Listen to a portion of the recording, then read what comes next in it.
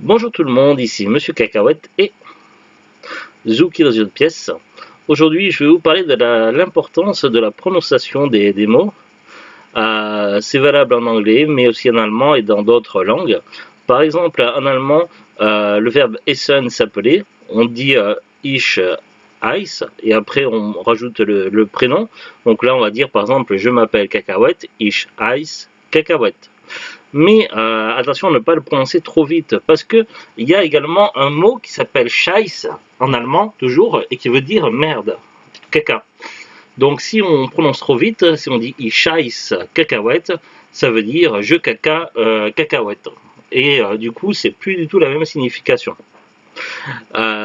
Également, maintenant, on va parler de l'anglais avec des mots qui peuvent avoir une sonorité assez similaire. Je pense à ice cream et scream. Parce que ça se prononce presque pareil, il y a crime et scream. Rien à voir avec le crime, un crime, quelque chose en français.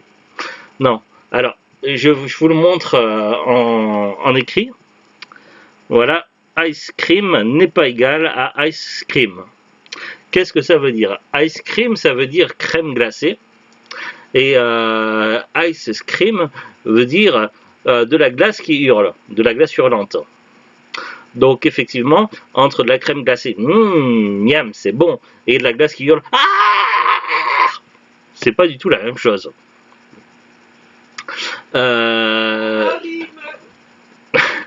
Oui. Mon mari me fatigue. Donc, c'est pour ça que je vous dis que l'importance de la prononciation est importante. Parce qu'effectivement, selon ce que l'on veut dire, ça n'a pas le même sens. Et l'anglais peut être assez fourbe là-dedans. Il y a également des mots qui veulent dire plusieurs choses à la fois et dont le sens change en fonction de l'ensemble de la phrase. C'est pour ça qu'il faut lire l'ensemble d'une phrase afin d'en comprendre le contenu. Mais c'est une chose de déchiffrer l'anglais sur du papier. On peut voir l'orthographe à l'oral, c'est pas du tout la même chose et du coup c'est beaucoup plus compliqué. Pour revenir sur mon exemple de ice cream et ice cream, alors c'est vrai que nous en français on dit pas de je mange de la crème glacée. Dans le langage courant, on dit je mange de la glace. Sauf que si je le traduis littéralement, je dirais I eat ice. Du coup, un Américain ou un Anglais, il se dirait tiens, il mange des morceaux de glaçons. Alors que non. Moi, je veux dire, je mange de la glace, miam, de la bonne glace. De la glace en barquette, de la glace en cornet, de la glace en bâtonnet. Du coup, je devrais dire je mange de la crème glacée, sauf que c'est pas dans nos habitudes. Du coup, c'est vrai que pour un Anglais ou un Américain, il faudrait que je dise je mange de la crème glacée. Donc, si un Anglais ou un Américain a appris à parler le français, je devrais lui dire je mange de la crème glacée et non pas je mange de la glace. Parce que apprendre le français à partir de notre pays, c'est possible, mais c'est vrai que c'est difficile, c'est une langue difficile. Mais après, il y a le français des livres, et qui n'est pas forcément utilisé couramment, et il y a le français courant que l'on utilise habituellement. Du coup, si je dis je mange de la glace à un Américain qui a appris le français, il va pas comprendre, il va croire que je mange de la glace dure, et il va me prendre pour un fou, ou pour quelqu'un qui a pas froid aux dents, quoi. Bref, donc tout ça pour dire que la prononciation n'est pas la même chose. Et puis j'aime bien cet exemple de ice cream et de ice cream. Scream, cream.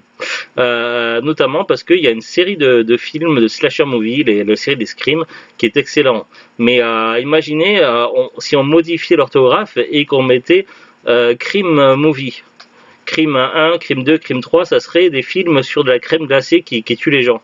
Et ça serait peut-être désopilant, mais ça n'aurait plus le même sens et il y aurait plus ce serait plus la même série de films.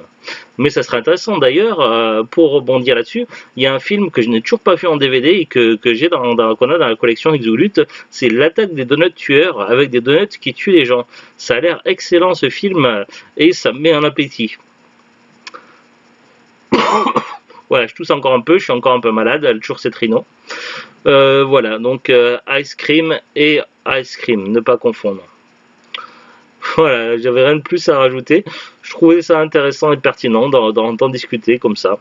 Enfin, c'est plutôt un monologue vu que la vidéo elle est faite en différé, puisqu'on n'est pas sur du direct. Donc voilà, le monologue de l'ice cream et de l'ice cream. C'est vrai que dit comme ça, on a du mal à voir la différence quand je le prononce. Faut vraiment articuler correctement ice cream, ice cream. C'est assez dur, hein. Disons-le rapidement. Ice cream, ice cream. Ice cream, ice cream. C'est impossible en fait. C'est impossible à enchaîner en alternance l'un et l'autre. Voilà. Allez, à très bientôt tout le monde. Passez une bonne soirée. Ice cream, ice cream.